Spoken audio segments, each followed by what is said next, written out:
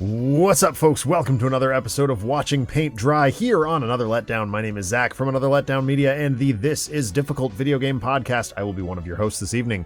Watching Paint Dry is the show where we hang out at the end of a long week after we should have thought about going to bed and work through the ridiculous backlog of miniatures we've accumulated that need painting, either via 3D printing or purchase or any number of other means, commissions, etc., that seem to happen to come in. Because there's an old adage that says if a miniatures painter ever runs out of projects to paint, he or she will die, so we're just trying to stave off death for as long as possible. And as always, joining me on the line, our resident monkey handler and my perennial painting partner, it's Broody Gambit. Mike, how's it going? It's going wonderful. How are you doing today? Well, I did better on the intro that time. Didn't have to stop 900 times. I guess 2 weeks ago it was a little bit of a flubber. Yeah.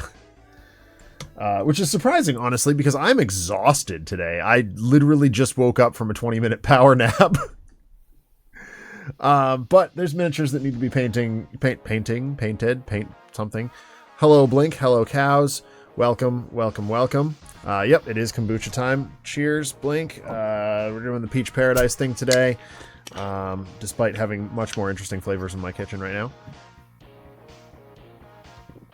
Needed some semblance of consistency. You just woke up from a 90-minute nap. Well, good for you. You outdid me. Anyway, I'm working on Poison Ivy for Gotham City Chronicles tonight. Mike is working on Nightcrawler for the actual Atomic Mass Games version of Nightcrawler, as opposed to the C27 one we've seen on stream so far. So let's get to painting. As with all the shows we host here on the channel, we believe in civil rights for absolutely everyone, and in being as inclusive as possible, so any comments or activity actively working against that goal are not welcome and will not be tolerated. Let's paint. There's the button. Okay. What does Poison Ivy look like? Redhead. She's got red hair. Often depicted with green skin, although I do believe that's erroneous. I still prefer the more classic, just the normal skin with the red hair and the green dress. So here's the idea that I thought that I had this morning. I'm going to try and mix a tiny bit of green in with my flesh colors. Okay. And see if I can make that work. So once again, working with the TT Combat paint line.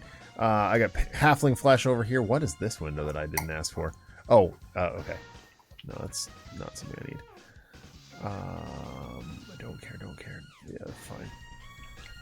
And then I will add in just a touch of like this bright green algae or something like that, just to green it up a little bit. The sculpts for Gotham City Chronicles flesh, but just a tiny bit of green equals a wee bit nauseous. Yeah, exactly. The sculpts for Gotham City Chronicles tend to be pretty heavily based on the Arkham Asylum games. Yeah. So. Oh, there we go. Got it. Get out here, paint. It's been a minute since I've done any painting. With the Hershey Park trip, and boy, was I tired after that. How was the Hershey Park trip? It was amazing. 17 roller coasters in 2 days. That's a lot of roller coasters. It is, but it was well worth it. I'm assuming some of them were repeats, or did they actually have 17 different coasters? They had 11 total roller coasters, and then there was a second park we went to the next day. But yeah, there were 2 or 3 repeats. I do believe. What was your favorite roller coaster? That's a really hard question because what was your favorite one there? At Hershey Park? Yeah. So again, very difficult question because I liked different ones for different reasons. I personally have a penchant for hybrid roller coasters. Okay. Which means wooden superstructure. Yep. And metal rails. And okay, that was too much green.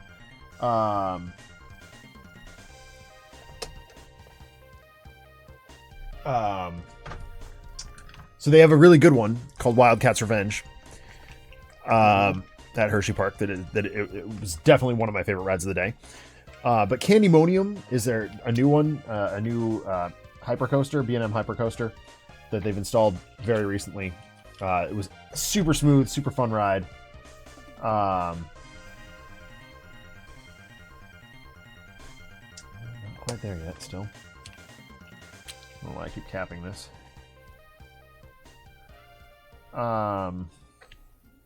Skyrush was very good. There were a couple of really big surprises. Super Duper Looper is just a classic old school style roller coaster with it's just super smooth and super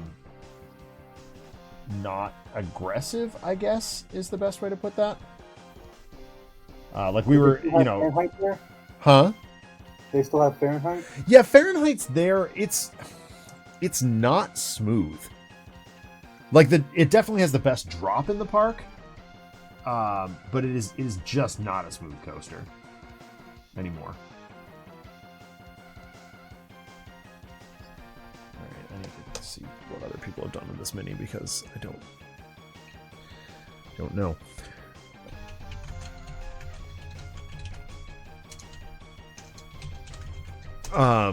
So yeah, it is a very cool drop.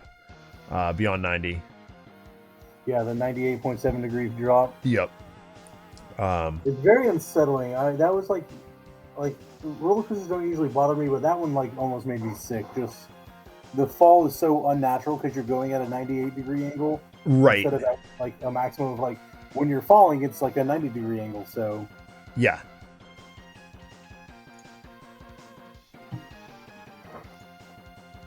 But it was a very interesting experience. Oh, definitely.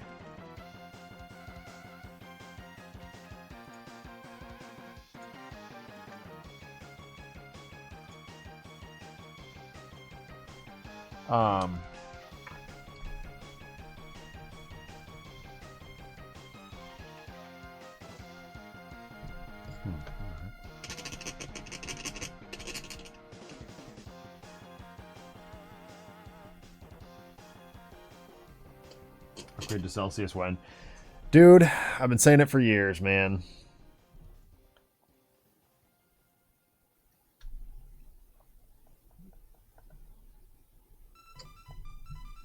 But in terms of a name for a roller coaster, it's pretty dope.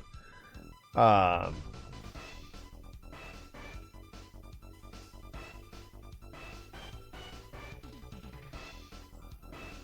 that pun wouldn't work if you tried to move it to Celsius. Right.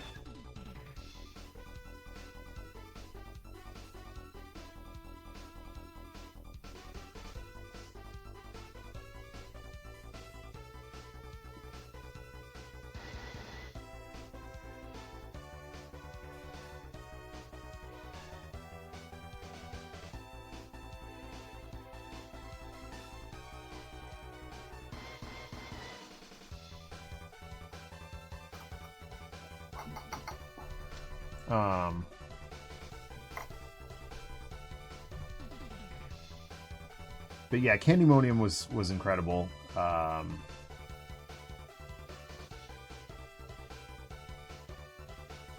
We didn't bother with any of the like Wild Mouse stuff. Wild Mouse was actually the very first roller coaster I had ever ridden. Yeah. Wild Mouse coasters are like they're an easy design to implement in the same way as the Vekoma Boomerang. Mm-hmm. So they kind of end up just popping up everywhere.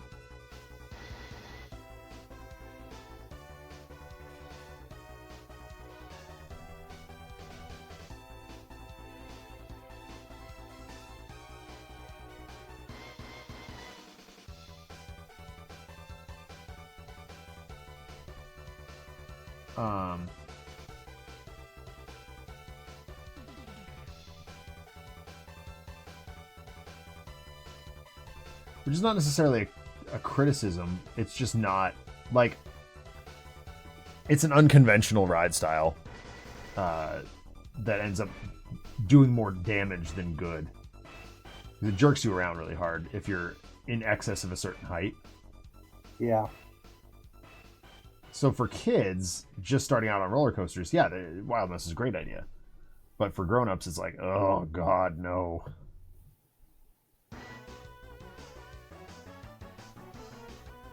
They also have a this was funny. They have a boomerang that they've skinned with, or they've themed with Jolly Ranchers. Mm-hmm. And they put an enclosure over the second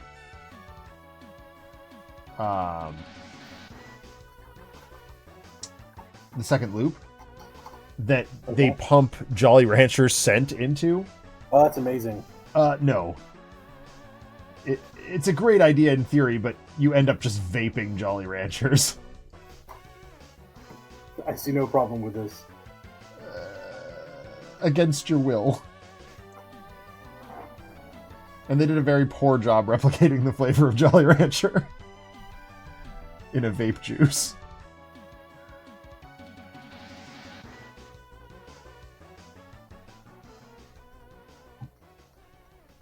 There was also I can't remember what it's called, but it's a LSM launch coaster that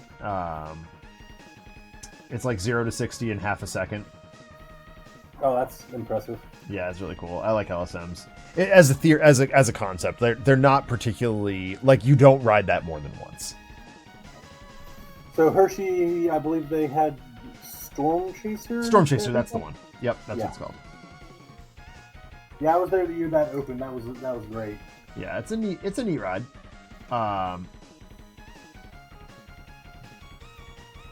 It really does. It wallops you though. I mean. Mm-hmm.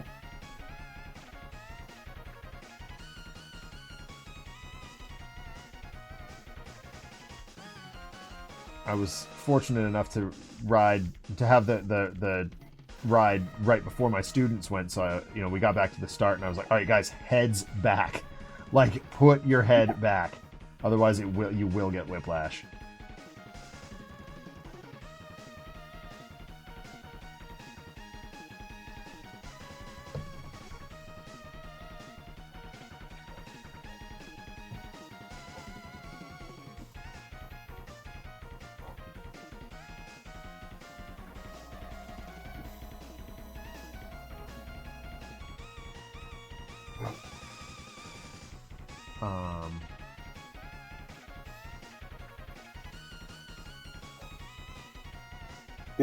Did any of your students buy the 5-pound Hershey chocolate bar?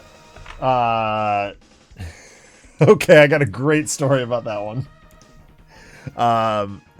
So I'm because we're live, I'm going to pick my words very, very, very carefully here, but we got to the gift shop at the end, of course. And we were like poking around for, like, most of us were not really shopping for ourselves at that point. We were just like, all right, what would our families like? So I bought the 1-pound Reese's, which is the world's largest Reese's, for my wife. Yep. Which is a lot more reasonable than a 5-pound Hershey bar. Still very big, still comically large, but way more acceptable. And so we were laughing at the 5-pound Hershey bar because, like, how do you even transport that? Very carefully. Very carefully, I guess, is the answer. And our bus didn't have air conditioning, so. Oh, that's problematic. Yeah, very. So we were like, yeah, we're not buying this. That's ridiculous. But then some kid comes up, and he goes, no, one piece is half a pound, Blake. And he picks up the Hershey bar, like, heaves it over his shoulder, and his buddy goes, that's $45. And he goes, it doesn't matter! and marches right up into line with it. I was like, that guy is a champion. That was not what it cost last time I went to Hershey Park. How much was it then? Significantly cheaper.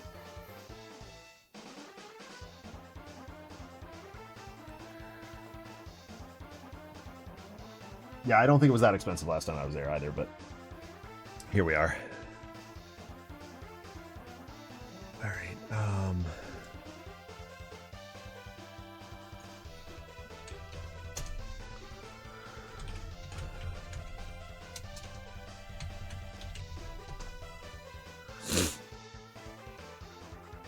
Okay, that's a much better picture of her. Now I can work with this.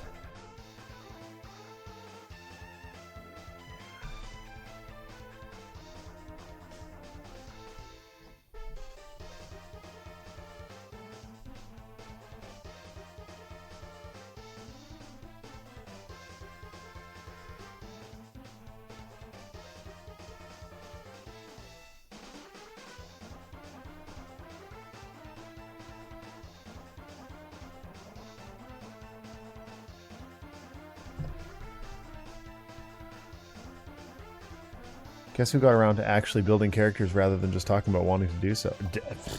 I guess you. No, I'm going to do this right. I guess Wallace.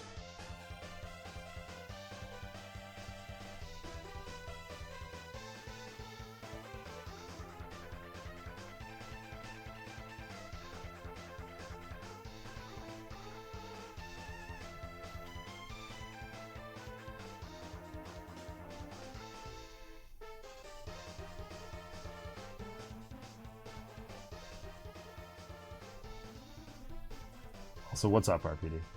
Good to see you.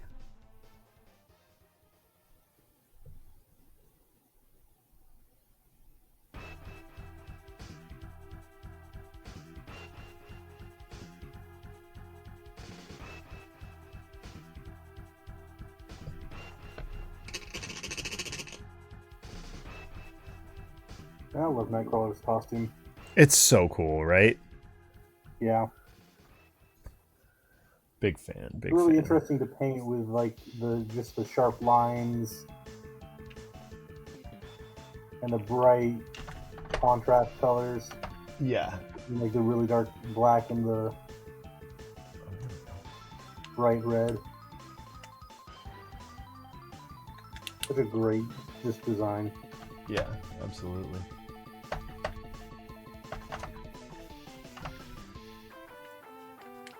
Oh, shake paint.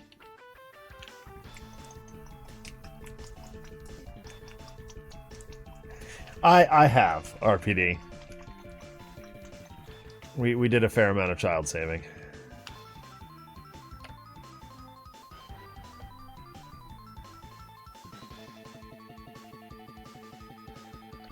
Helldivers was like, hey, here's two options. You can go get this cool thing, or you can save the children.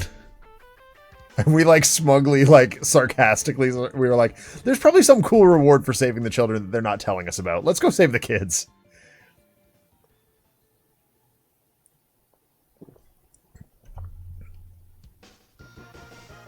It was fun.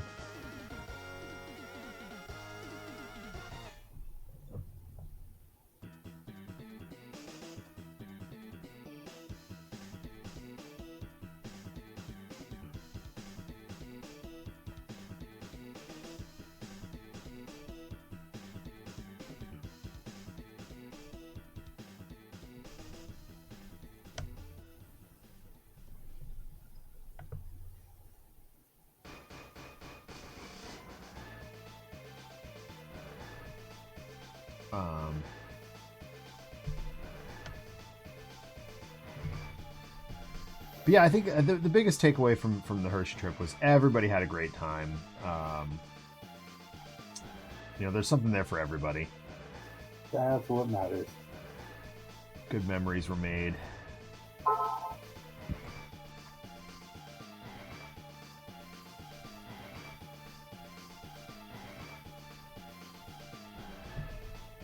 And we got the rarest of ride experiences, too. What's that? The in-show exit.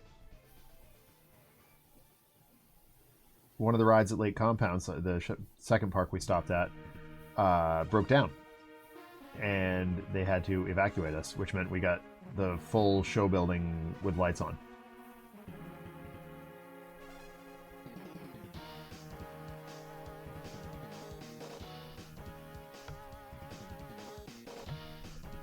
Which sounds like, on paper, that sounds like a miserable experience, but it's actually like, if you're studying theme park design, it's incredibly fascinating.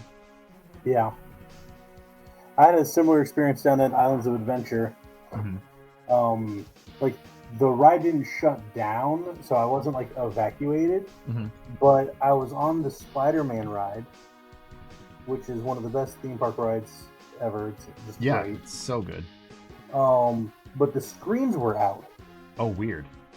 So, but it was just the screen. So, like, I got the audio, and I got the the obviously the cart moving bits, but like I couldn't see what the screen was going on. I guarantee I'd also ridden that thing like dozens and dozens and dozens of times, so like I had it all like practically memorized. Right.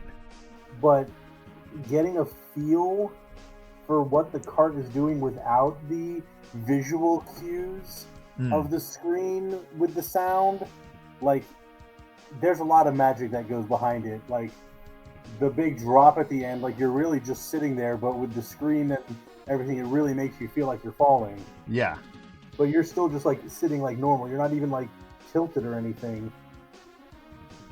Dark rides are so cool, man. Mm-hmm. Now the other neat thing is, having done that, like the kind of the track is kind of burned in my brain. Yeah. So like many years later, I went back to Universal Studios and they opened up the Transformers ride at Universal. Right. It is literally this. It is the exact same ride, just different screen images stuff going on. So it's like Transformers instead of Spider-Man, but the literal track is identical. That's crazy. And like I could pick up on that because of just that experience in the Spider-Man ride. Right.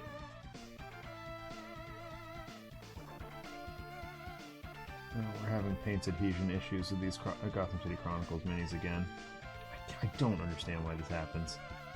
What's up? My paint just does not stick to them. It's like trying to paint with inks. That seems like hell. It's miserable.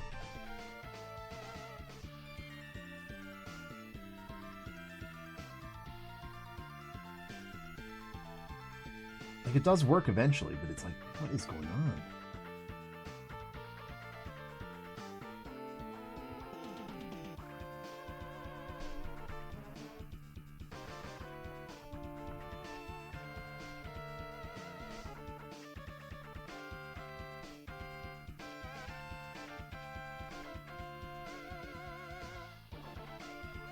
So I am really excited. They announced a couple weeks ago that Nightcrawler is going to be one of the heroes in Marvel Champions for this wave. Oh, cool. Iceman already released, and Jubilee comes out later this month. Yes, I knew that. I knew Jubilee was coming. But Nightcrawler is going to be the third, and I still don't know who the fourth is. Yeah, because it's waves of 4, that's right. But usually it's more than 4, but the other thing, they're also doing all of these heroes like one at a time instead of groups of 2 like they usually do. Well, I think that's got to be partially because of Asmodee's financial troubles. Yeah. Getting saddled with $900 million worth of debt is that's such nothing to sniff at. Yeah. To put it in a family-friendly way, that's such a crock.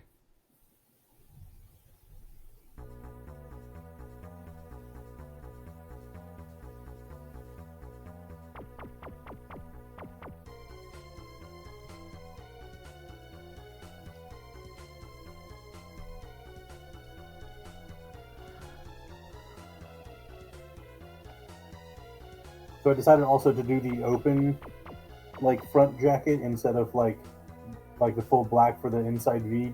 Mm-hmm. So he's more manly looking. If you, I mean, I guess his entire body's covered in fur, but yeah, blue fur. Also, the model came with optional assembly instructions. So the base version, he just has hands. I was like, why would you do that when you have an option for swords? Because this. Okay, so I actually have an answer for that. The swords were not added until significantly later in his print run. True. Now, the other thing is they had the optional words BAMF in the cloud. Oh, that's... I don't like that. I really don't like that. It's for the same reason that I don't like the flume on Deadpool's base. Okay. It's just so campy. I know that's part of his comic appearances. Like, I get that. But it's just... It detracts from the gameplay experience to me.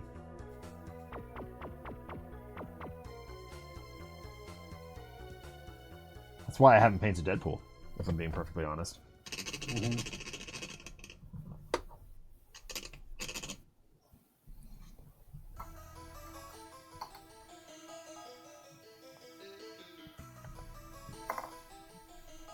See, I don't want just a flat white.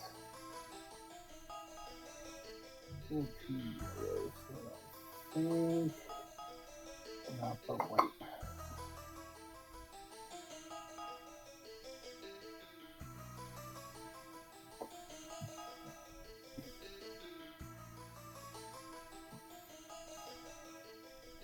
Nope, definitely not that one.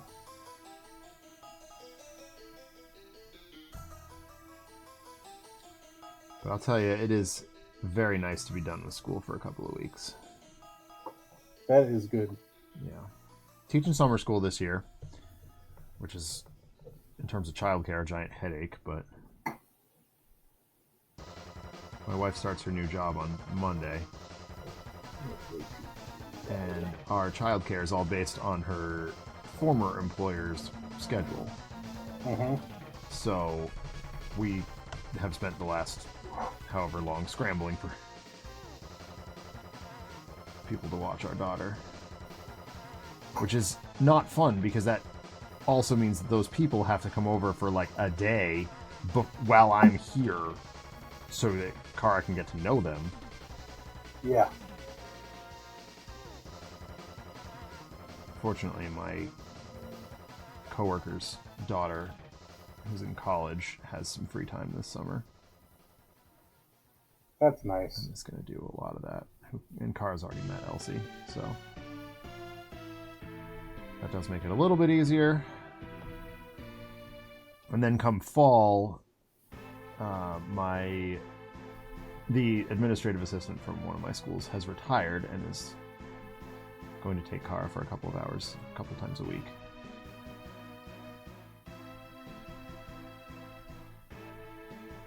Is it ideal to have to drive 2 towns over to drop off Kara every day, or a couple times a week? No, but beggars can't be choosers. No.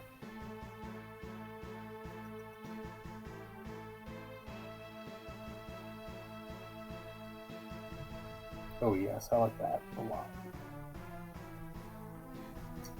At least on the palette.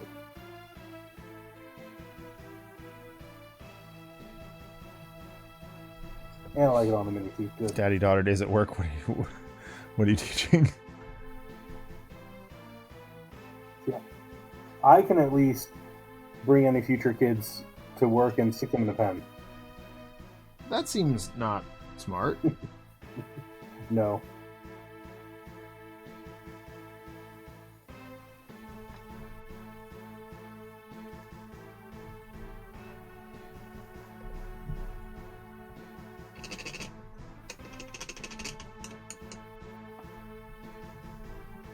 So, I am gonna try and make PAX Unplugged work this year. That'll be exciting. Mm-hmm. When is it? Don't know yet. Sometime in December. Yeah, usually it's like the first week or so of December. Yeah, Tawana just put out the call like yesterday, and I said I cannot commit that far out, but you know, I'm definitely interested. Like, please keep me posted. But when Katie took this new job, I was like, look, you know, the pay cut is such that we are going to have to, like, any and all opportunities for a little extra cash here and there are going to be extremely valuable. And that means I'm going to have to take, like, if we can make it work, I'm going to have to go to conventions. Mm-hmm. Because that paycheck is not nothing. And do you get travel and hotel taken care of?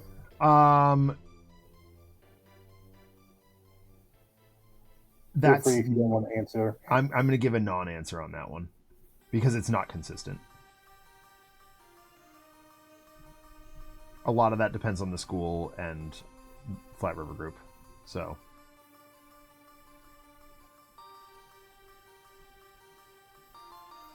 if I can justify the professional development hours, the school is like really generous. But you know, it's going to the same conventions year after year. They start to ask questions. Yeah.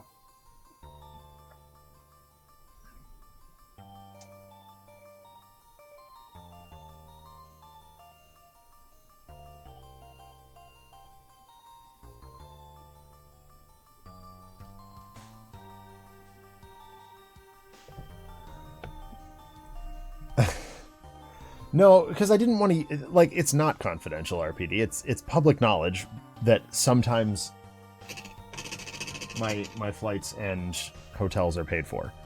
That's not something I'm gonna hide, but it's not a straightforward answer. It's not a confidential thing. It's not a straightforward. It's just not straightforward.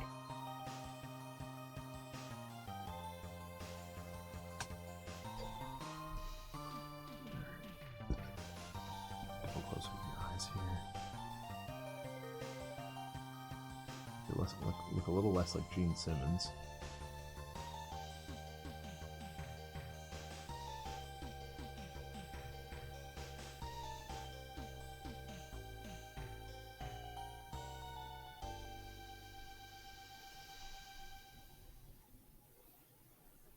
Oh, weird.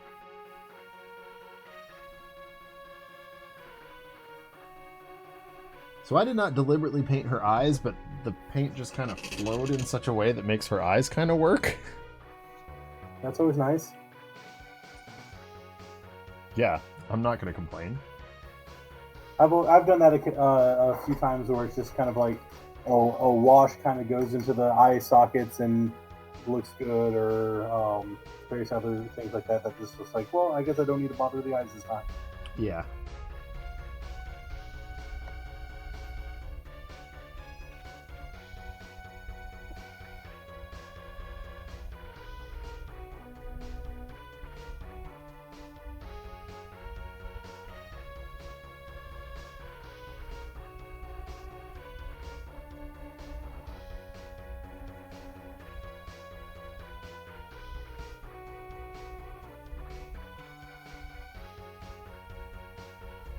So I'm taking my dad to the baseball game on Tuesday, Father's Day. That's cool. My student is throwing out the first pitch, and when her mother mentioned that to me, I was like, that sounds like a good reason to bring my dad to the ballpark. So that was nice. Nice and convenient.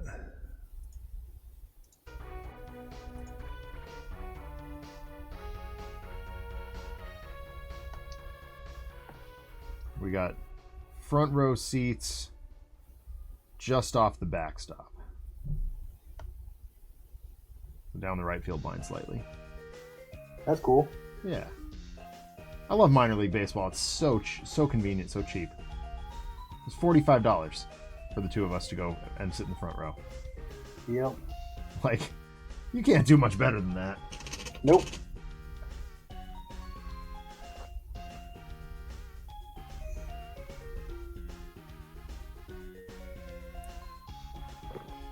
normally my work has like an employee appreciation game at the local like minor league baseball team, which is fun. But in years past, they used to, like on the employee appreciation day, like you could sign up and you could get like your ticket and like up to like essentially 4 tickets, and it was free, or like fronted by the hospital. Right. And that was nice, and it was a good way to go or whatever.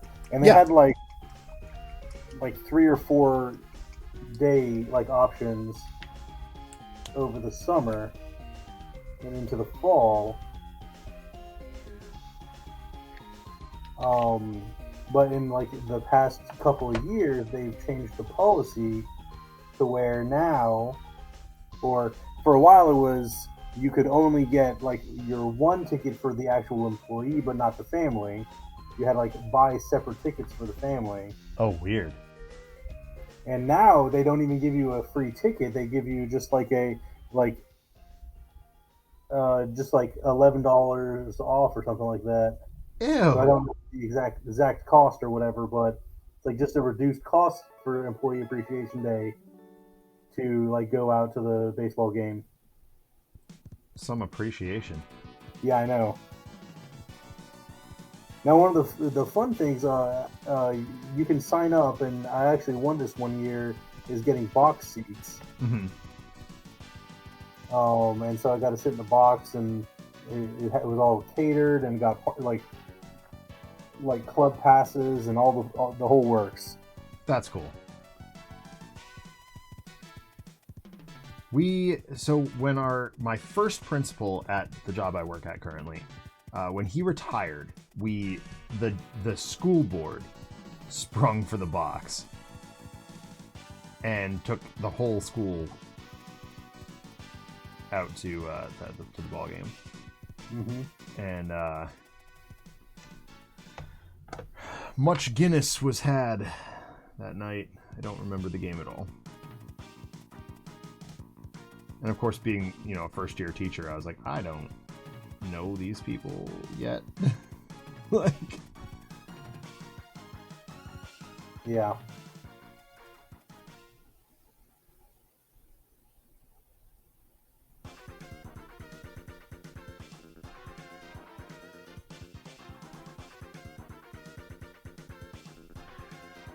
What level of baseball? It's double A, I believe.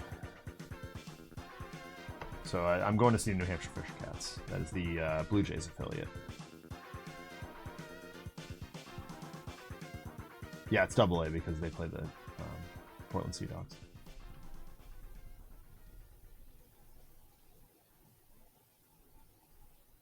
Yes, I'm from New England. I'm a Red Sox fan. Sue me.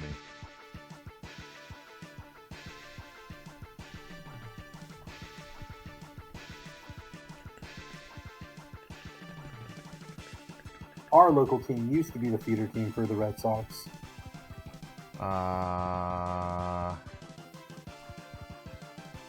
What team was that? It was the one before the Sea Dogs became the affiliate. Because Pawtucket's always been the AAA.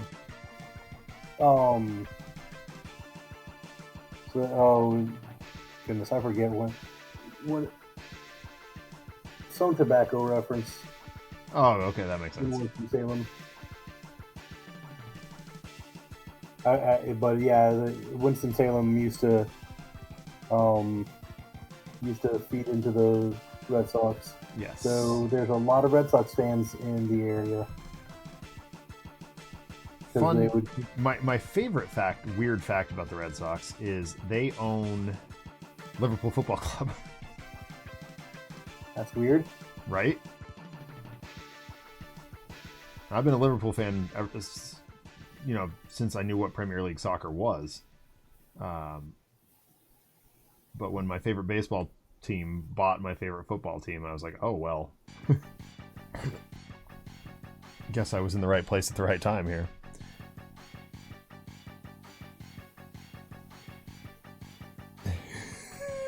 Maybe not. Maybe. What am I inviting legal battles? Oh, sue me. Got it. No, I got a good bulldog of a lawyer. I'm fine. Doug will take care of me.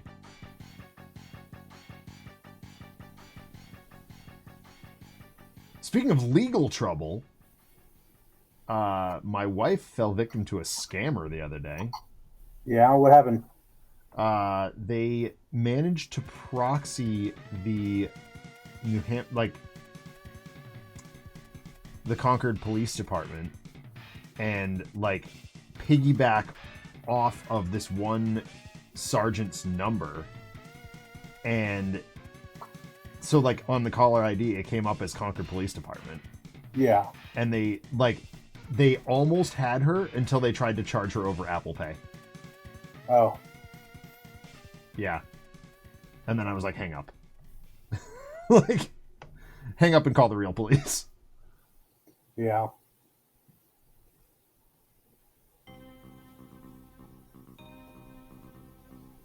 Nope, not that one. Not that one. But I feel bad for that one sergeant. He's going to be dealing with some stuff that quite assuredly is not his fault. Yeah.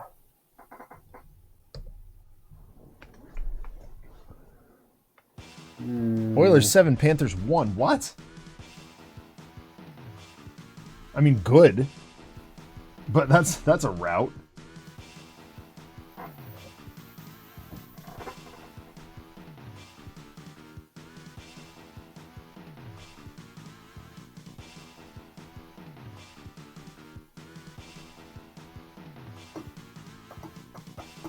What round is it, Blank? I don't even, once the Bruins got eliminated, I stopped paying attention.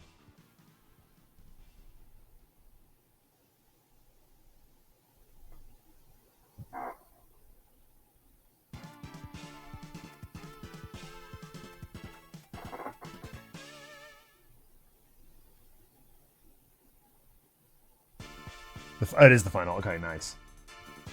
All right, then I'm definitely cheering for Edmonton. Let's go, Oilers.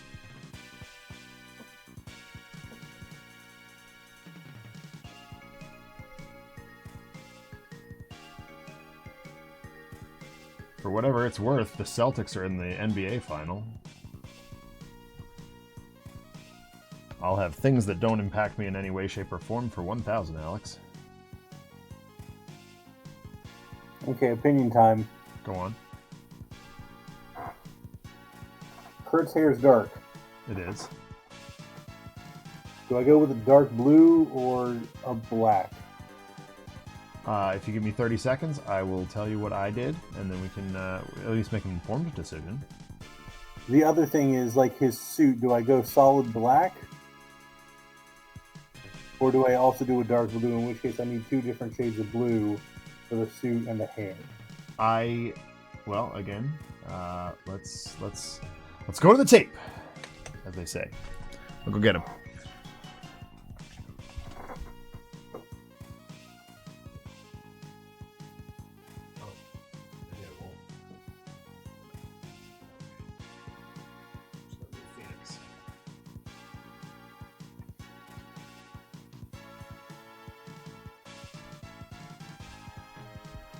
All right, so my Kurt, I went with, oh, okay. So I went with... Oh, God. What's wrong? 8-1 now. Oh, my golly. So with my Kurt, I went with the... there's a Citadel paint that is like it's a really dark blue-gray. Come on, focus, camera. And I believe I used that on both his hair and his costume.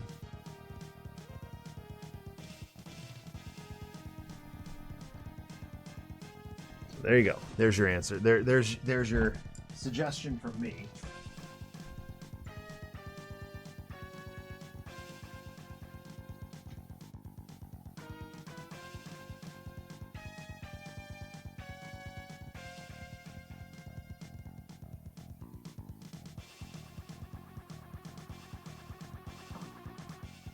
Also, thank you for the reference. The reference photo only has the front of Nightcrawler. So I did not see, like, the back is solid red. I was expecting there to be, like, a black V in it as well that matched, like, the front, which I left open for his skin. Yeah. So I was about to, like, do a black V in the back as well. Alas, I will not. Well, that's what we call learning and growing.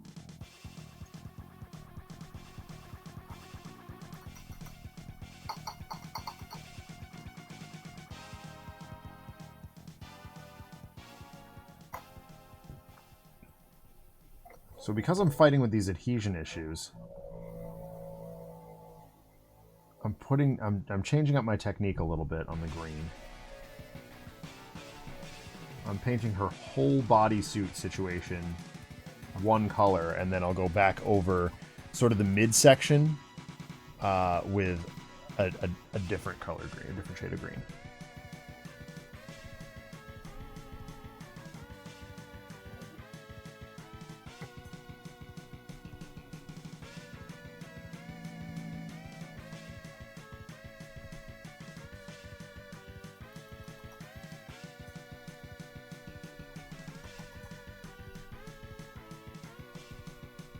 Now that I've got the paint adhering, it actually is coming out pretty okay. And that makes me feel good.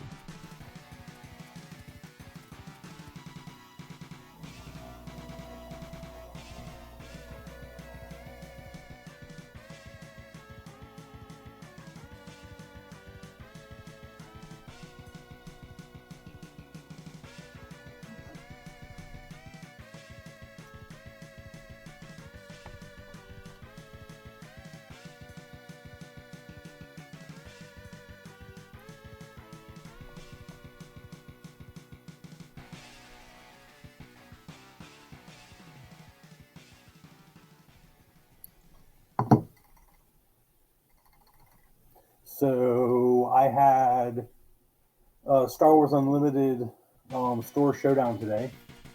Did you win? At my local shop. I did not win, but I did make the top 4 cut. Nice. So I got 2 Mace Windu promos. Sick. So they had one for top 8, one for top 4, one for finalists, and one for the winner. So Nice. it, like, in addition to being like alt art and foil, it actually like has a stamp that tells you like what position you made it. So I have like one that says top 8 and one that says top 4. That's cool. But I was using a Hera Spectre deck, completely out of meta. Like, I don't think that's made it to like the top tables like anywhere ever. Well, it has now. It has now.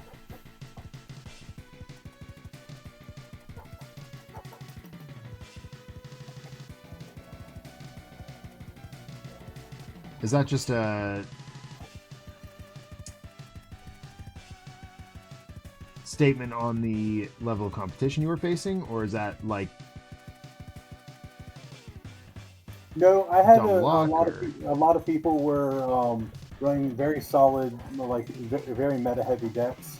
Mhm. Like the final table was like 2 Boba Fett's. And there was like, and the other top 4 was like a Vader Blue, which is a very popular meta deck. Yep. We had several other popular ones that had been like around. So, I mean, there were most of my games. Well, maybe not most, but enough of them were pretty close. I just like managed to get the right things going. Like, I think that easiest one, I got matched up with a guy who had like really just started playing and came with like the starter deck. Oh boy. So that one I kind of like punched to the ground, but yeah, that's I always hate that. But other than that, came across a lot of like Vader control decks, which is a very popular archetype. Yeah.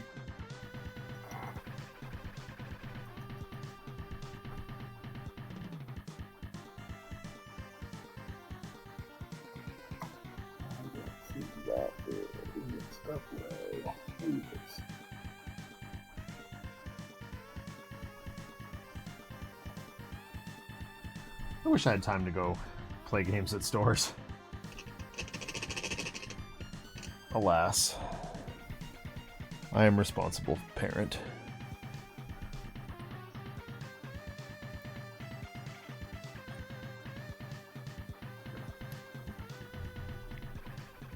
RPD's being Glenn Glooman over here.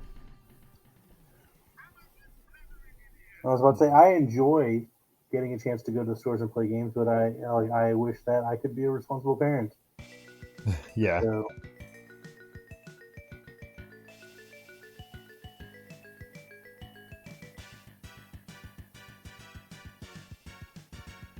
that meaning I would like to have a family, not that I'm just like a completely irresponsible adult. No, I got you. I followed that. Like, I currently do not have a family with youngins and stuff. Right.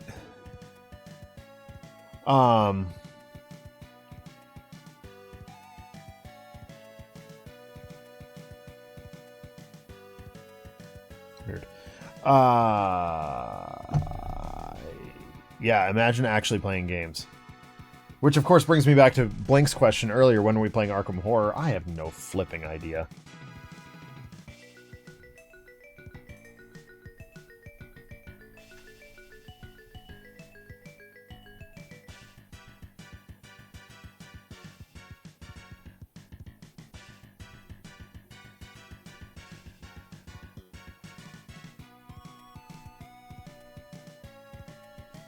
It's really tough to coordinate. Like, there's so many of us and so many moving parts.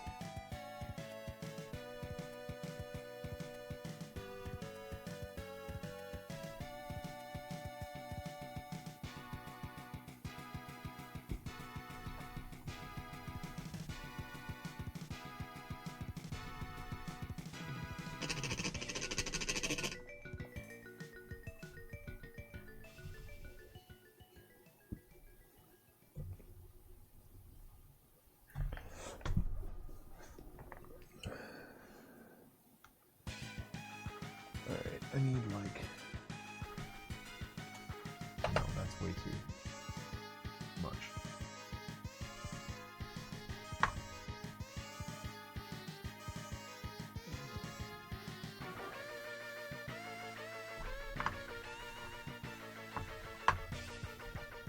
So TT Combat has a new wave out. Mm-hmm. I didn't see a whole lot that I'm really into, especially because I have all the Green Stuff World metallics, and a lot of the new wave is metallics. Mm-hmm. But there's definitely a couple I'm going to be picking up at Gen Con.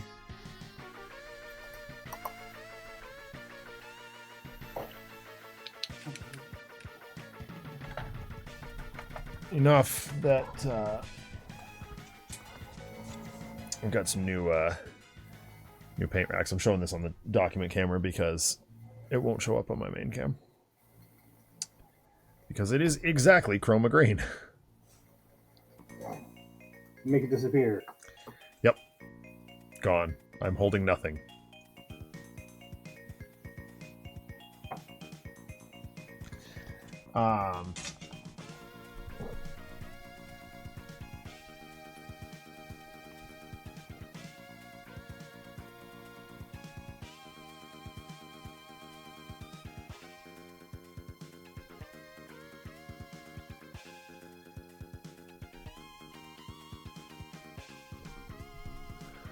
What am I doing to this? Oh, yeah. Okay. Oh, that's a bit runny.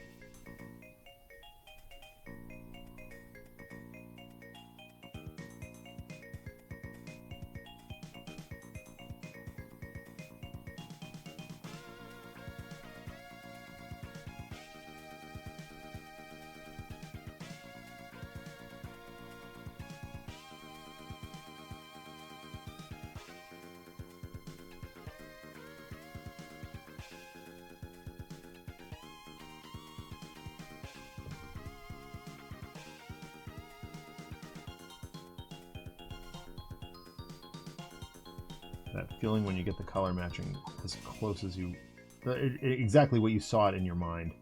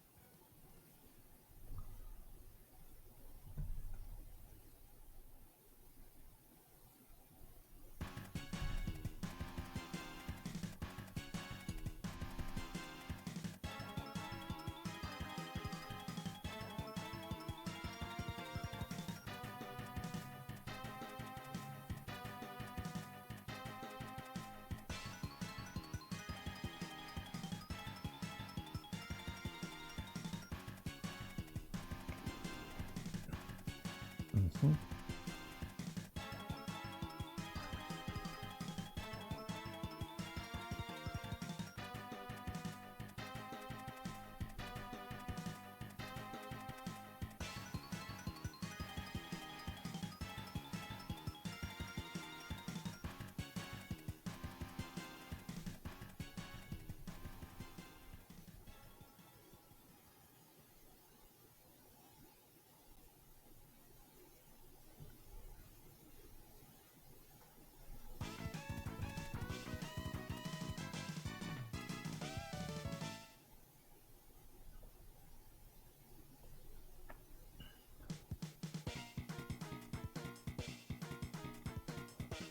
Oh, hey, Remote Error, what's up? I saw your post about the Candace thing, RPD. I just had nothing to say about it, so.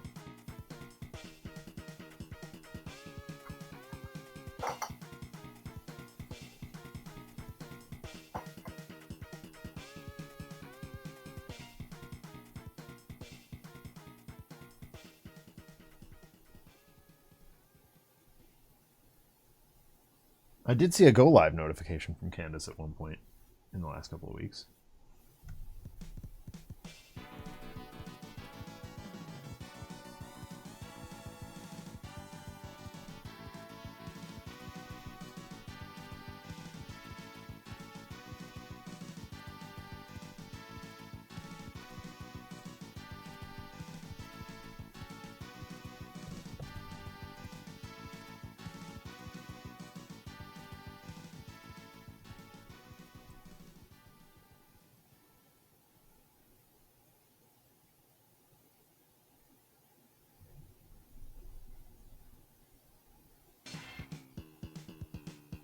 Okay, I've always wondered if that was just an RPDism or if that was something that actually was a real thing.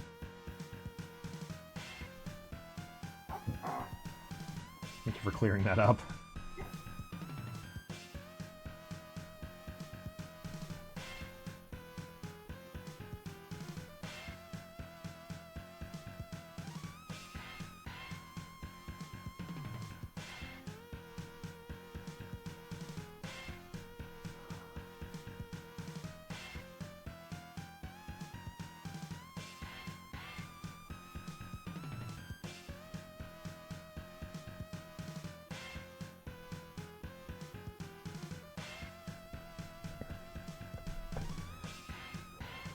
Ah, yeah, I'm going for a ride tomorrow. Very excited. My dad and my brother and I are going to try and clock about 50 miles. 50, no, 25, sorry. 50 is my long route. That's a lot of miles. Yeah, it is. I also clocked a route that takes me all the way from here to my parents' house. I think it's almost 100 miles. It's kind of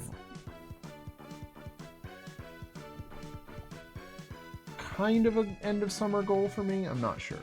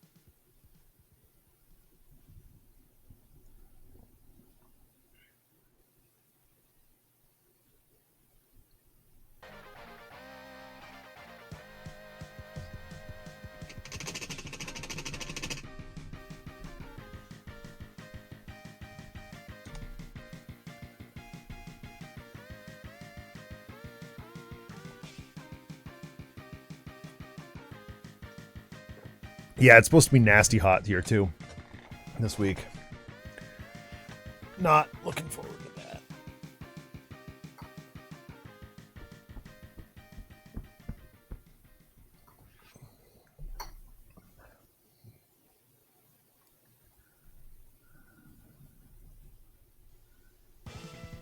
Fortunately, I do have the air conditioning working, so that's nice. Yeah, my AC is currently out.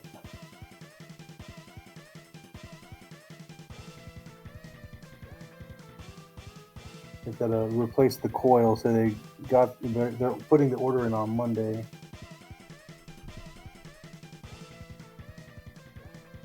See, here in New Hampshire, people don't really have central air. Mm-hmm. It's just not really a thing, so we're all using window units. Mm-hmm. Which I suppose is pretty inefficient, but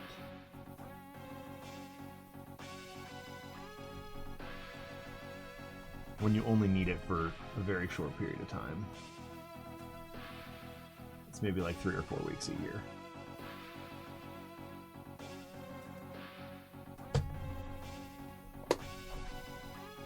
Yeah, here we need it like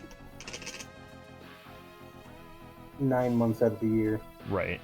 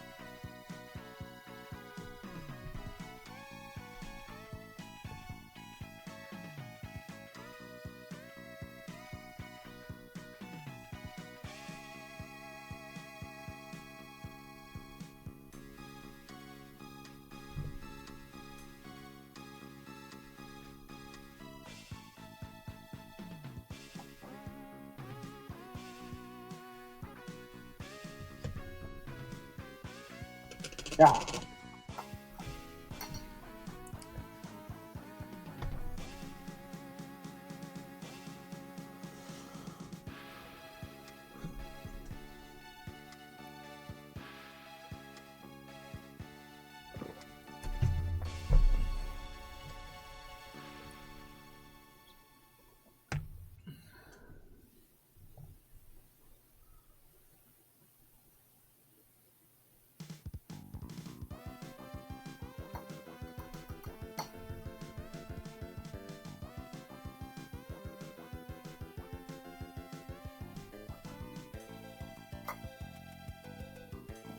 How do I want to do this?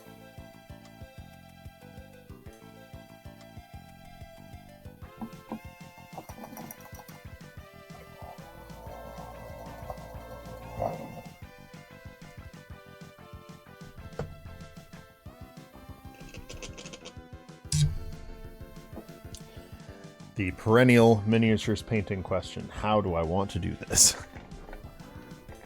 Yeah, I was like, I'm on the swords now, and it's like, which one do I like? What do I want to base them with? How do I want to build it up?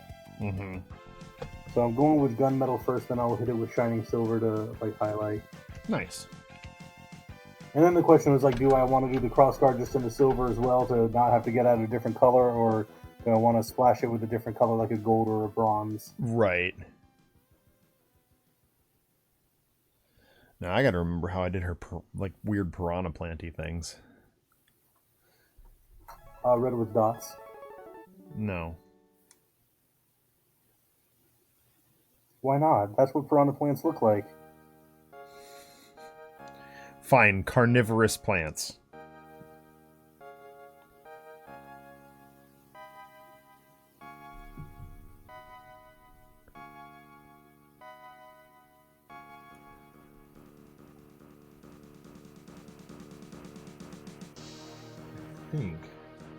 Okay. I think what I'm gonna do. Yes. Okay. I remember how I did it.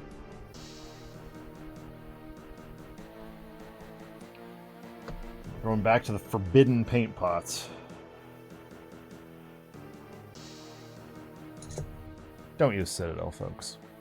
Citadel color. Not even once. Not anymore. Not anymore. Says the guy with literal Citadel everywhere all over his screen right now. This is a army painter. No, me. Oh, you've got Citadel right over you. Okay, yeah. Turn them all around so that you can't see the labels. Going the wrong way.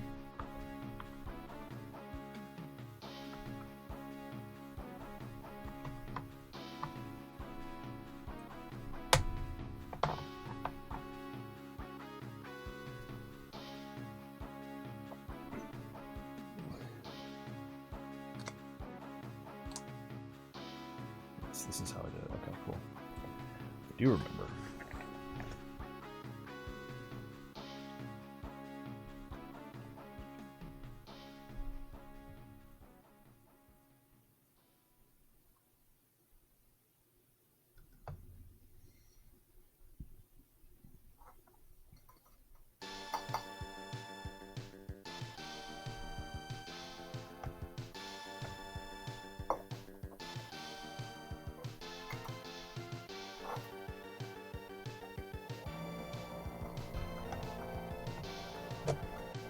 I'm going to do it.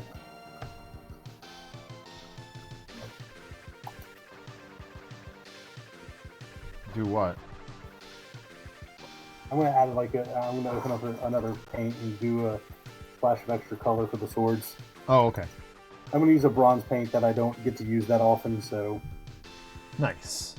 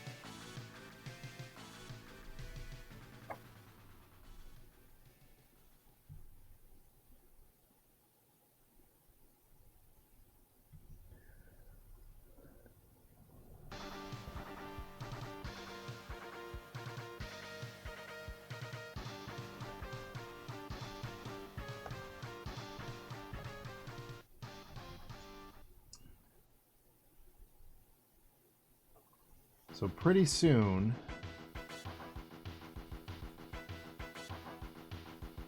the current rig that I am broadcasting from will be retired. My end of the year paycheck is here, and that means I have money that I can use to buy some upgrade parts. It's one of those years where I gotta just bite the bullet and buy pretty much an entirely new rig.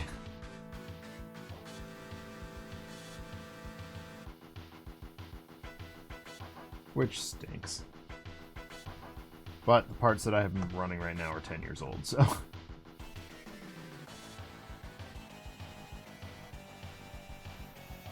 Sounds like a good time to upgrade. Yeah. I mean, my video card is brand new, or like new last year. So that's at least a expense that I don't have to buy again. I don't have to drop again. And I have the one that I pulled out of the box, so what I'm going to do is... This computer's generally working pretty fine, other than a couple of little foibles that I'm just like, okay, I don't want to deal with this anymore. You know, like the fact that we have to use all kinds of third-party software to get my cameras to work for this. Mm-hmm. Now, realistically, so we're using OBS Ninja for this. We're using Discord. But we should be using OBS Ninja anyway. It's just a better piece of software, and I have better control over it.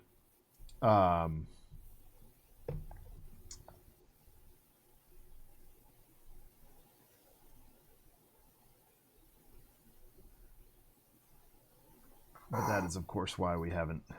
Why I've been hesitant to stream lately. But I do have Axiom Verge installed and ready to go. It's another indie Metrovania. Looks fun.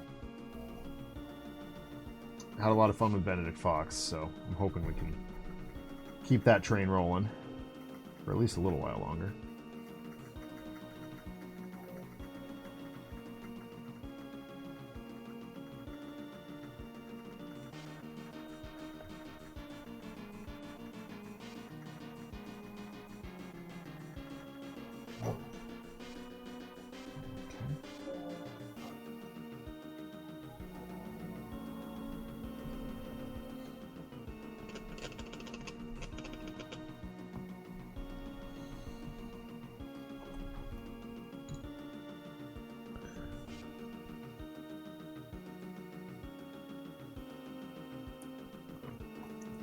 Chaos Control?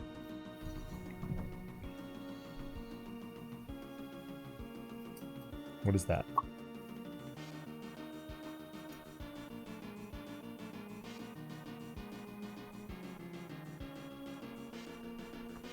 Oh yeah. In the last however long, I've only canceled 2 streams for Helldivers. So since we finished Benedict Fox.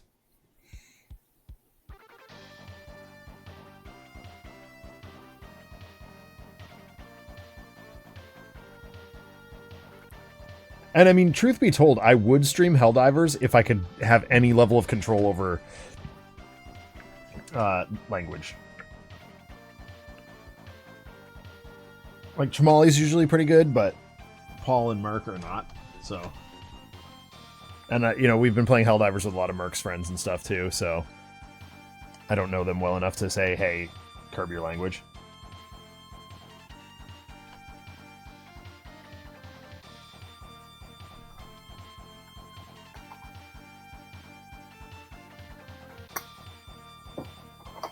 Yeah, right? That's exactly where my mind went. Blink, thank you. Glad I'm not alone there.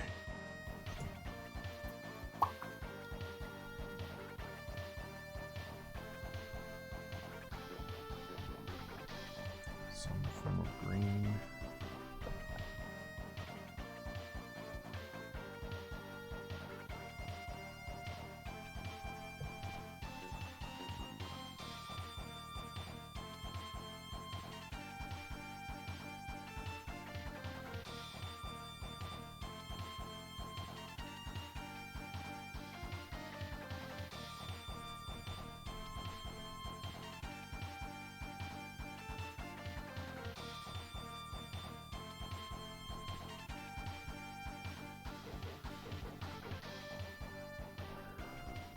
Oh, gotcha.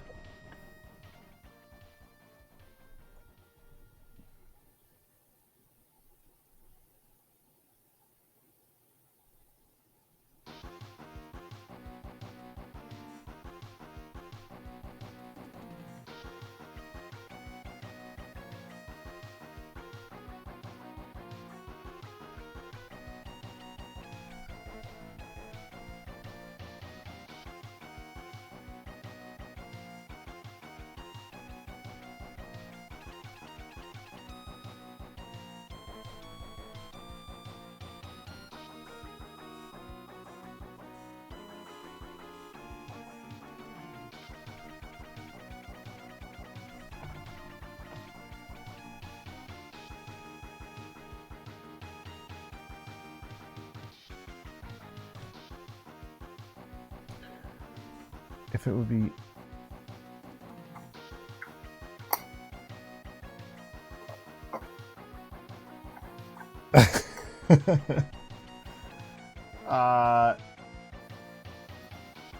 Clearly you've not been in a middle school classroom lately, RPD, because it's definitely not us teaching them vocabulary anymore.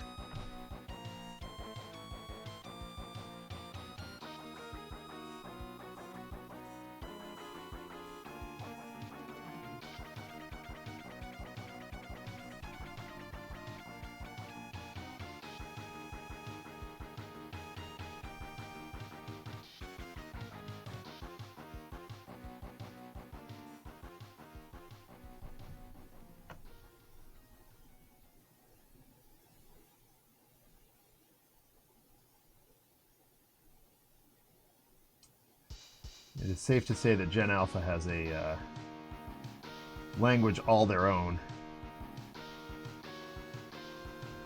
that is obscenely baffling.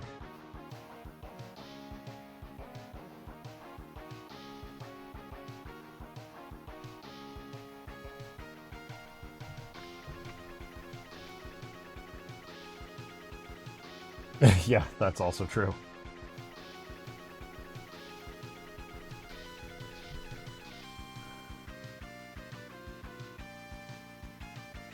Considering how many times students told us, let's just say where to stick it this year.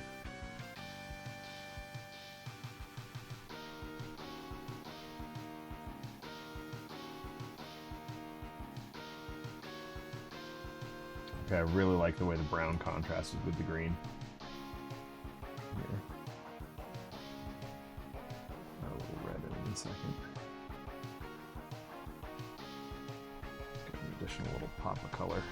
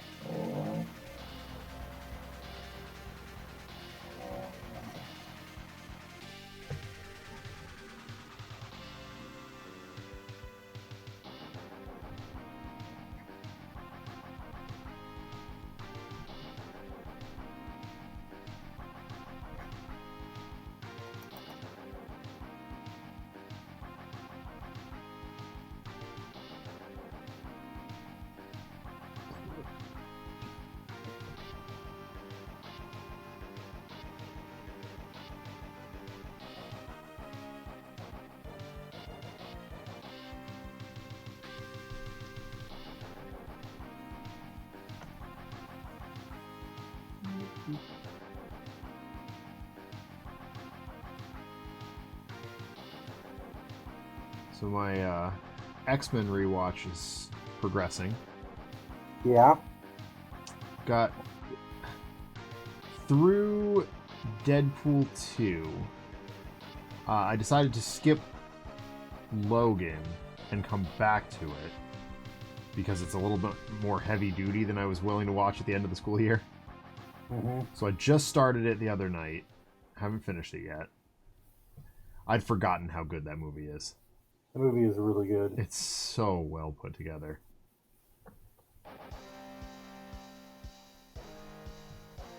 Let's get a little bit of red in here.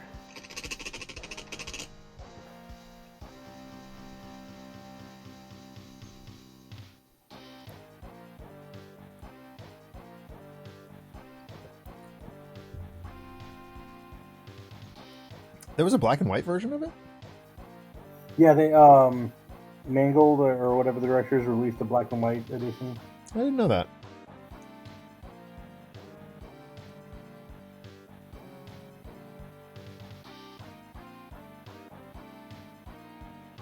I didn't really care enough to go like watch it in black and white. Yeah. I think that's kind of where I'm at. Like, cool. Good on him for doing that.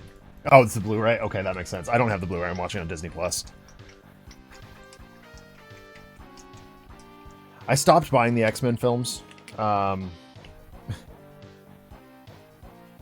For apocalypse reasons.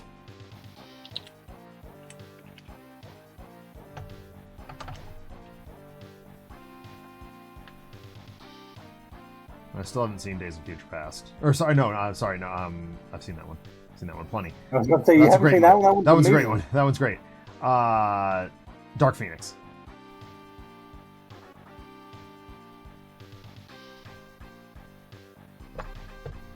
You're not missing much with Dark Phoenix. Yeah, that's what I've heard. It has the same problems with the first Phoenix Saga movie. You can't do that on screen? No, X3 is just like too much stuff at once. Yeah. It's like they needed to focus on like a plot and they chose 9 of them. Way too many. Yeah.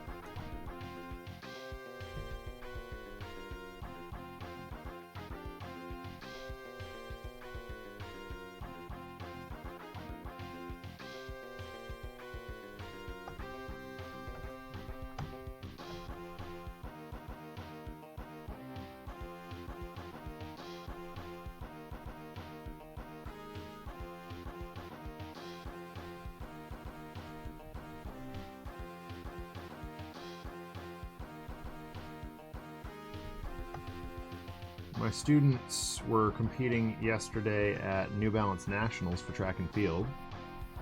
Mm-hmm. They did very well in the mile and 2 mile respectively. That's good. Yeah.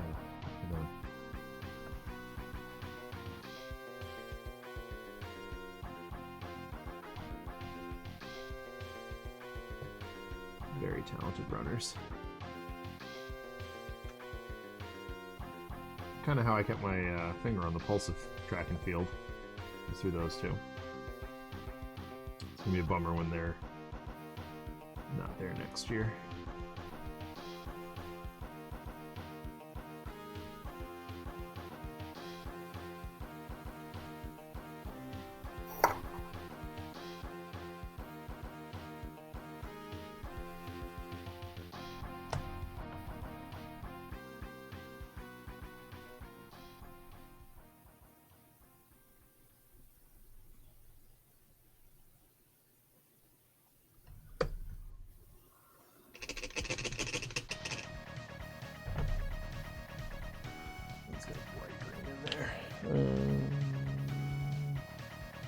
Might be too bright. Yeah, we're gonna try it anyway. Yeah, I don't know. All the MCU films I have on Blu-ray, and I have a bunch of the TV shows too.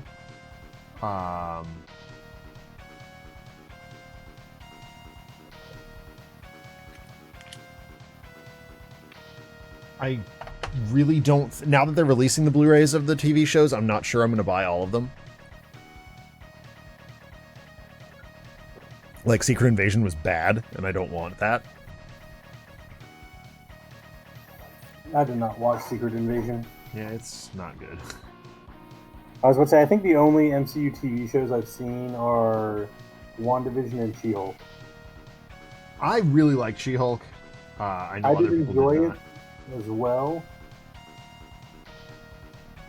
I felt the only problem that I had with She-Hulk is that for like 5 minutes out of every episode, it got way too soapboxy.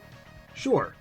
Yes. Like, a message behind what you're writing is part of art. Like, that's fine. Absolutely. But just grandstanding and bashing the viewers over the head with it is there's a little much. But of course, you know, my affinity towards She-Hulk stems almost exclusively from the fact that Matt Murdock was in it. Yeah. But I just like street level stuff. Yeah. And Jen does, as much as she is a powered individual, she definitely does street level stuff primarily.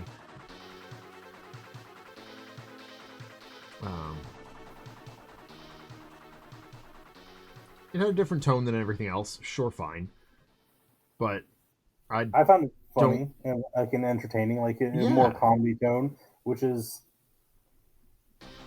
I mean, for all the flack that like the DC stuff gets for not like being dour and not fun, like the MCU is kind of that way with like a thin veneer of humor over it. Yeah, completely. Yeah, it's way like, too like look dark. Like if you take like 5 minutes to really like look into what's happening in the MCU, like it's pretty depressing most of the time. Also, yeah. But there's like a lack of critical thinking really in audiences nowadays. Yeah. I am not, you know, this is well documented on our show. I am not the biggest fan of the DC films in general. Oh yeah. But I think that's really not for the same reason as other people. Like, yes, they're grim and dark and whatever. That doesn't bother me. I'm just not attached to those characters. Like, yeah, I don't care that much about them. I like Batman. As I sit here painting Poison Ivy, like I like Batman. But again, that's, you know, street level unpowered stuff.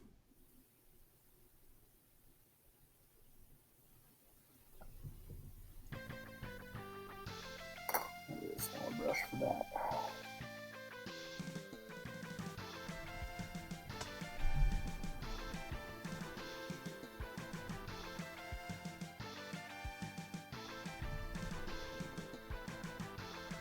Cool.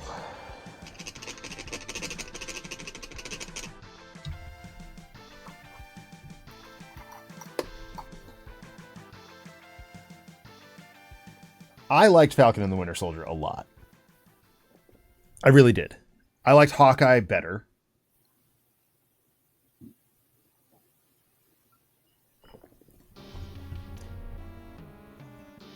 Yeah, I haven't seen either of those. I guess I saw like the first like 3 episodes or so of Falcon and Winter Soldier. Mm-hmm. I think that one could have gone harder into the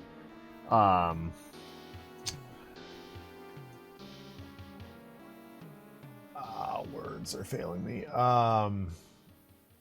Sort of spy thriller situation than they did. Like Cap 2, Captain America Winter Soldier, was successful because it did something differently. It was, and it did it well. It was a spy thriller with superheroes. And I mean, that is cool.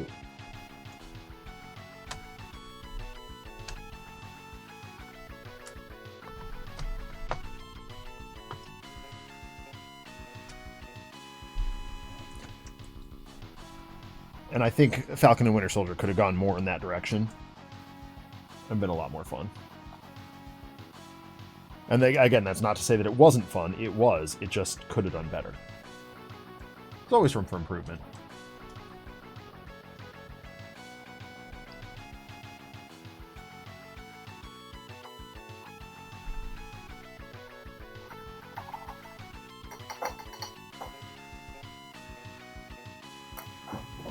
Let's look at the reference real quick.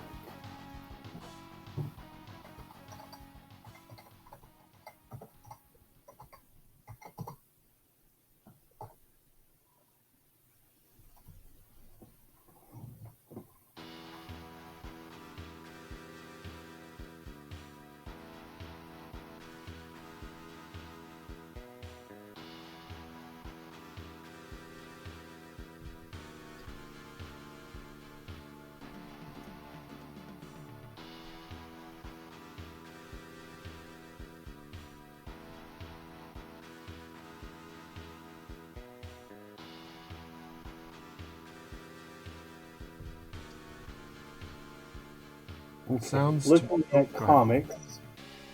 Say again? I was about to say, looking at a lot of comic stuff, there's lots of colors that the BAMF usually is. Mm-hmm. But the one I'm seeing the most is yellow. Yellow, yep. So everything else is...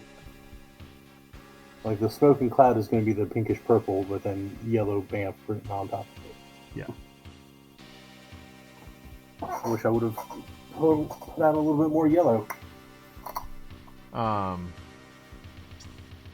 it looks to me and to the internet like it's going to be a Nintendo Direct this week.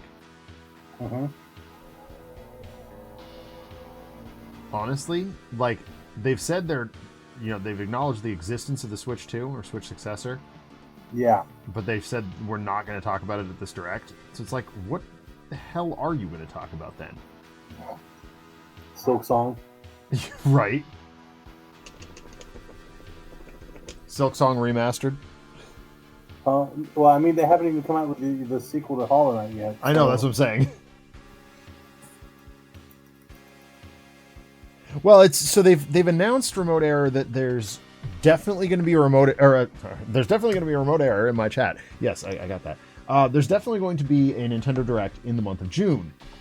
So that leaves only effectively 2 weeks left. With Luigi's Mansion 2 HD coming out, they're going to want to save hype space for that in the final week. So really the only logical place... Now, of course, this is Nintendo, so logic is, a fool's errand. But the only logical week to have it would be this next week. So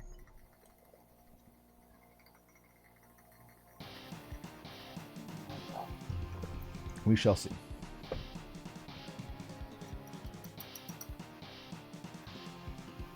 All right, I'm gonna start inking this, I think.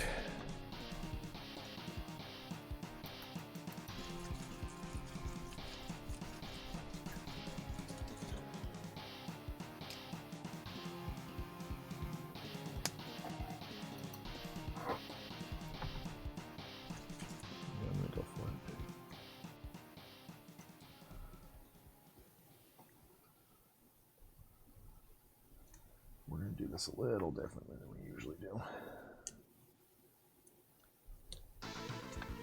Maybe,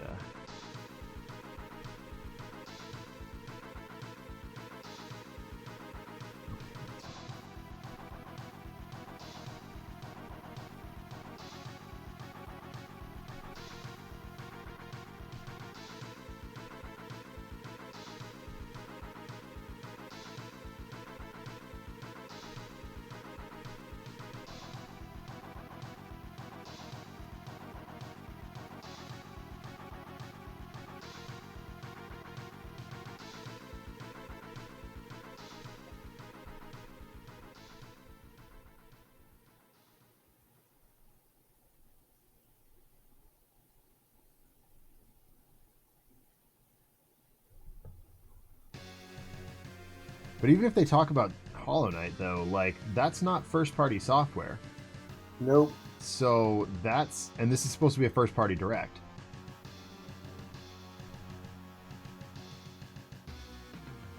So, like... Have they announced when the Nintendo Direct is, or is it just kind of like No, they've just said it's going to be a first-party Direct in the month of June.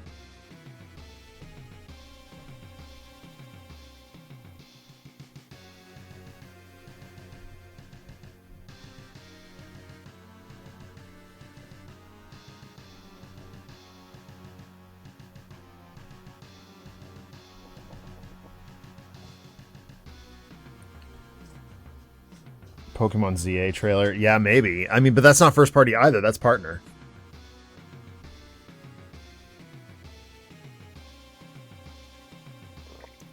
And they had a partner showcase back in February.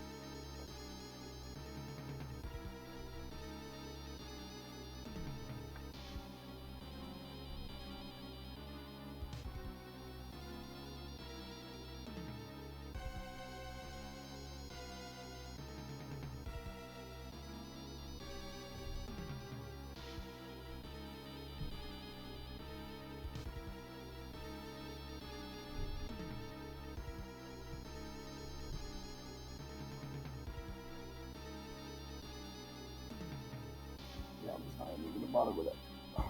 I mean, there is the sort of outstanding elephant in the room of Metroid Prime 4. Mm-hmm. That everybody's talking about it. Like, all the leakers are like, oh, Metroid Prime 4, Metroid Prime 4. I'm like, really? Like, yeah, they said, launching on Switch, but we're now at the confirmed end of the life cycle for this Nintendo Switch. You don't think that's just going to come out on Switch too? Like, at this point? I don't know, it just seems like an erroneous claim to me. I would like to see something like Star Fox or even a Donkey Kong. Like, the last Donkey Kong we saw was Tropical Freeze. And that one they released on the Wii U. That was Wii U and then ported to Switch, yeah.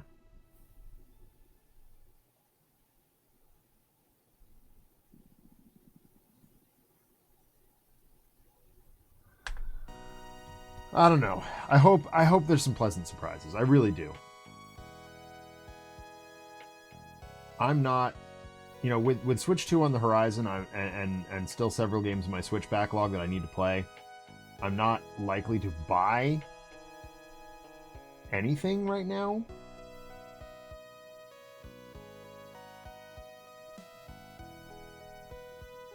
Just because, we still don't have official. I mean, we know nothing about the Switch 2.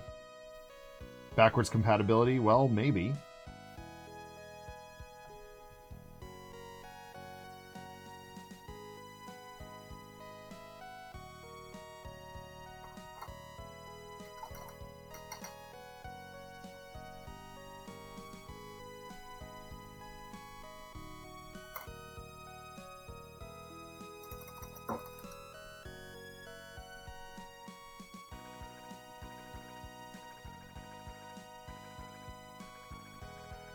I was hesitant to do that, but now I'm liking it.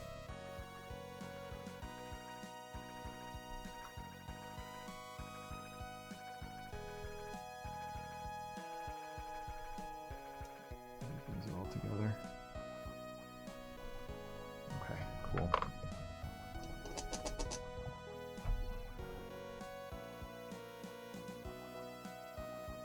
Yeah, there's three. There's Indie World, Partner Showcase, and Mainline. Nintendo Directs. So my guess is if we see Hollow Knight, it'll be on an Indie World, which is also, I believe they've also said that there's an Indie World coming.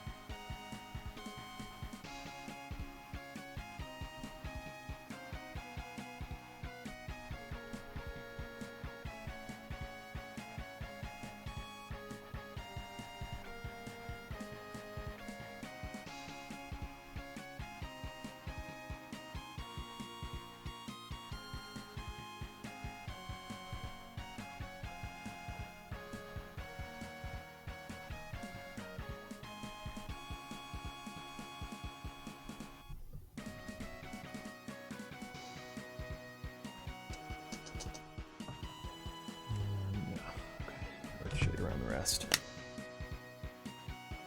Yep, time will tell. That is the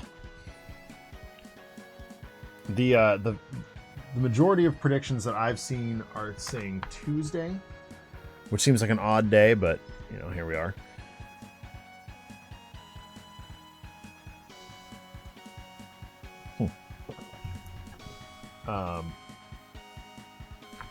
My guess was Wednesday.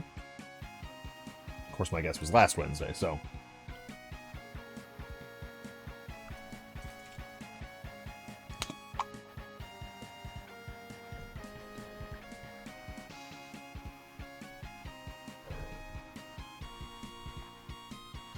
At PAX East, I was hanging out with some Nintendo rep friends of mine, and they were all, they're just as baffled as we are.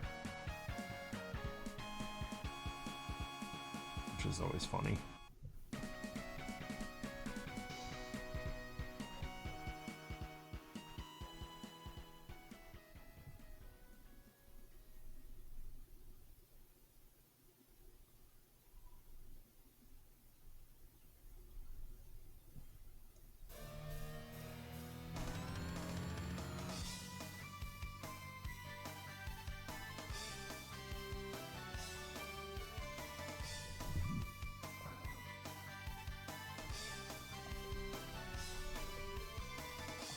Well, Ivy is almost done here. We'll finish her up quick next week. How you doing with Nightcrawler? How's he coming? I am coming along. Right now I'm just kind of like highlighting the edges of the wording. Oh, that's a neat idea. Just black? Yeah, I just did black along the outside edges. Nice, I like that. I gotta like touch up. Obviously, I got the base of the smoke. I need to like add the darkened outer layers, parts of the smoke. Mm-hmm. And then I just gotta kind of touch up some highlighting.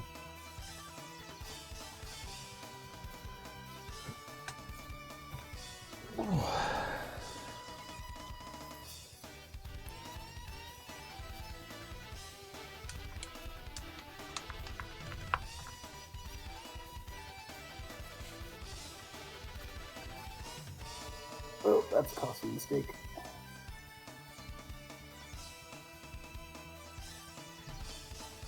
Well, I do have a couple of things I can work on in these last 10 minutes here.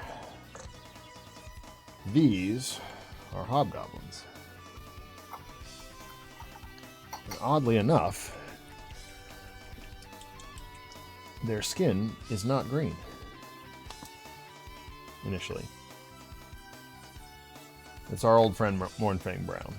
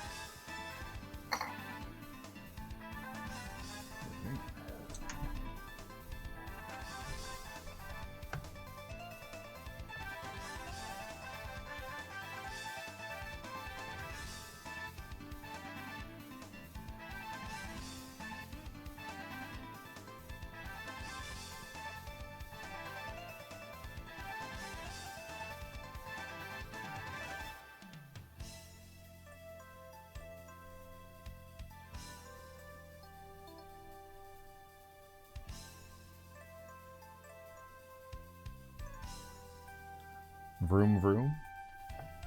Oh, that's Brody's paint mixer.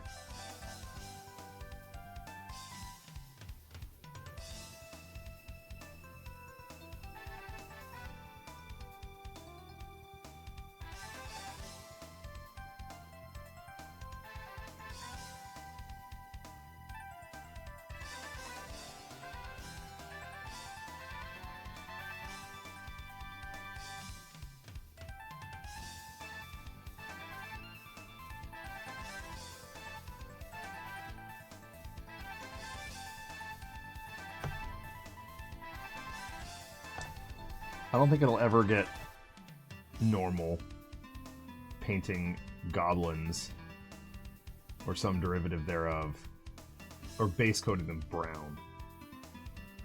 Mm-hmm. This is a technique I discovered a long time ago. And it's never, like, it works perfectly. It makes them look really weird and sickly, which I feel like hobgoblins should look weird and sickly. Especially when they've been enslaved by Chaos Dwarfs for centuries. But yeah, it never gets not unusual. It never ceases to be unusual. I think I got the right amount of negatives there.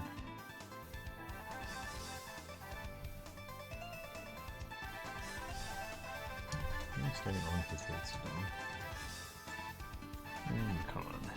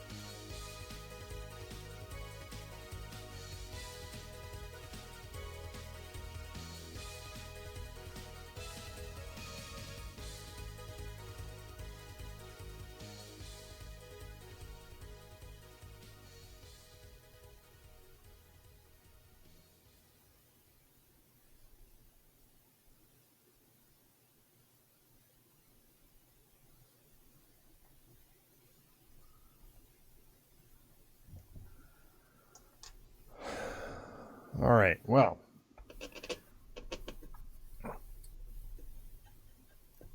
Where are we? What are we looking at?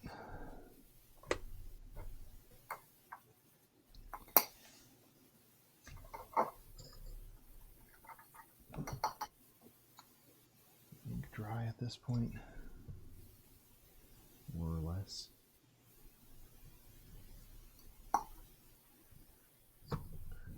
Let me try.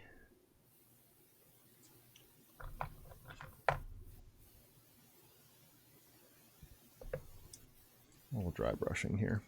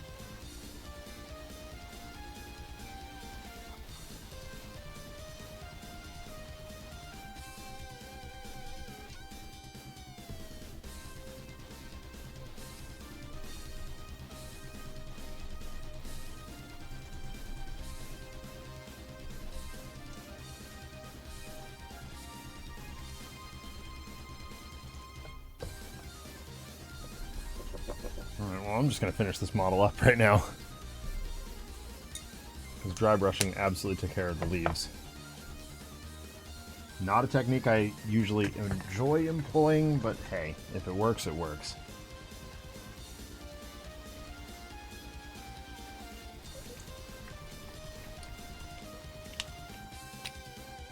I like dry brushing.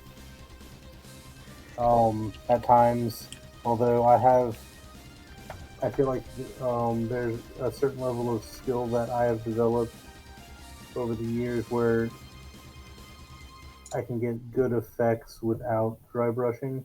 Yes, I think that's more or less what I was saying.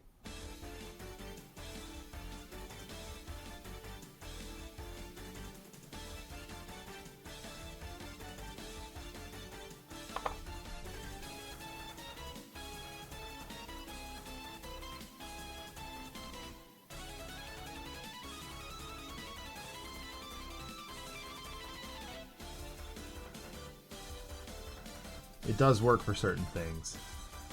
Mm-hmm.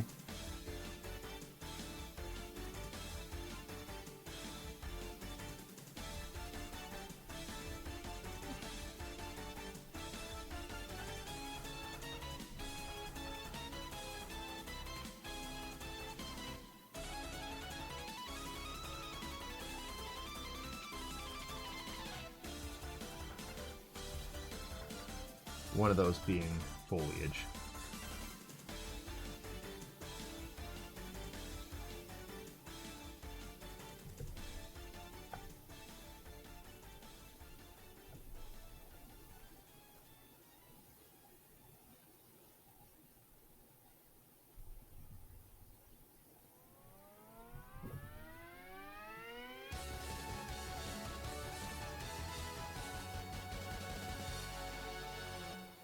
It has been a long time since I've gotten a model done end to end on one stream.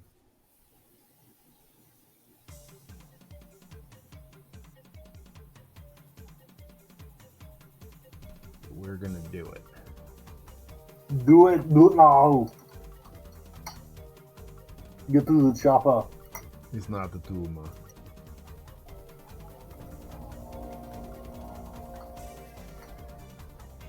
Yeah.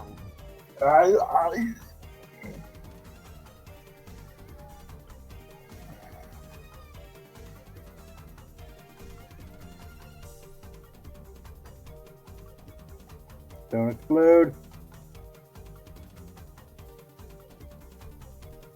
Problematic dropper bottle.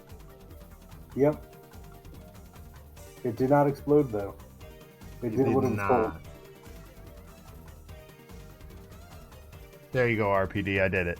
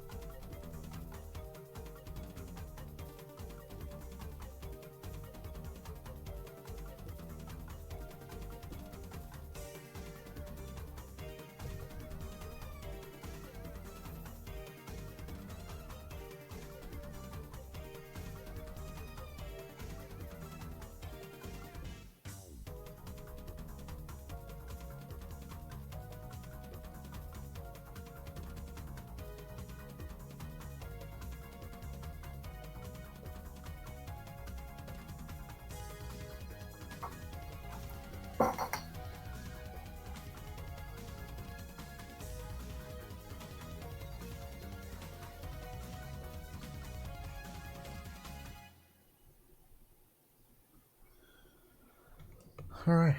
I think that is Poison Ivy done. Dude. Yeah, I don't hate that.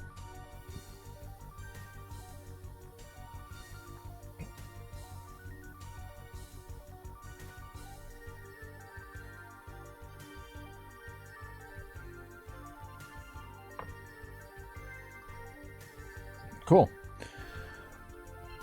All right. Well, I think it's time for me to go to bed. I don't know about you. I think it looks like you're about to finish up here. Yeah, so, just touching up a few highlights, but yeah, definitely bedtime. All right. Well, thank you all for tuning in tonight. This has been a blast. Broody, always a joy to hang out with you, my dude. I will probably be back on Monday for Axiom Verge. It's like there's a small percentage chance. There's some chance that I will be late starting. It is my wife's first day of her new job, so she's probably going to want to chit chat afterward. So if I'm late, you know why. So it could be I'm hoping for an 8 o'clock start, but if it's more like a 9 o'clock start, that could be the case as well. But Axiom Verge coming Monday, barring any significant errors. And then we'll be back doing more of this on Saturday. So take care, everybody. Be safe, be well, have a great week or weekend or whatever it is. And we'll talk to you soon. Bye. See ya.